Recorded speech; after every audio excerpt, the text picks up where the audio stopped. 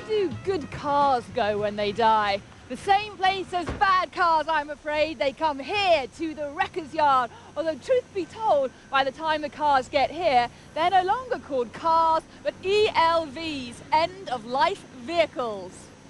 Cars that arrive here are either too old or too expensive to repair. No matter what you paid for your car, here all cars are bought by weight. Got your weight?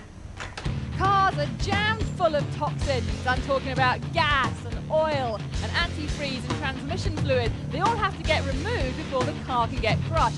And that's why the cars come here, to this custom-designed fluid evacuation system. It takes about 10 to 15 minutes to drain off the fluid. To speed things up a bit, the platform's hydraulic jacks go to work, joggling the car from side to side, up and down, back to front, trying to remove the very last drop.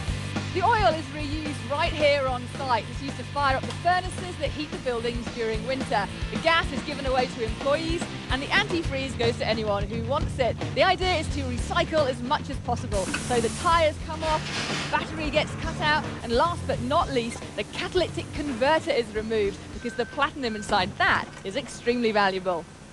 Next, the cars are taken to the you-pull-it part of the yard. Here, the cars are lined up by different manufacturers, and the customers, armed with their own tools, are allowed to attack the cars, remove the parts they want, and then buy them really cheap. Let's see. Yes! More recent cars get special attention because their parts are a lot more valuable. So trained mechanics go through these cars, scavenging anything and everything they can.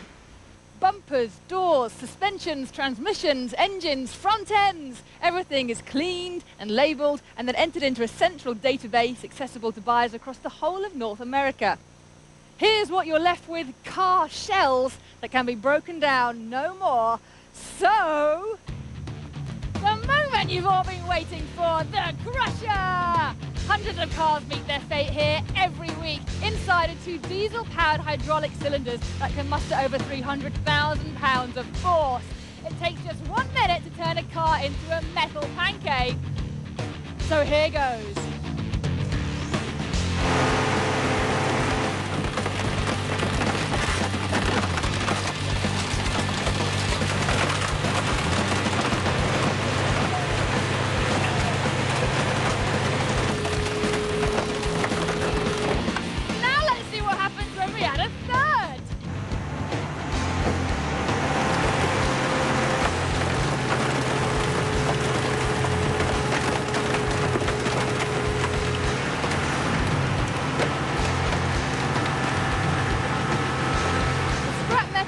Sold onto car manufacturers, and at the moment there's no shortage of buyers. Over 50 million new cars are built every year. Not good news for the environment maybe, but since the cars will eventually end up here, good news for the Crusher.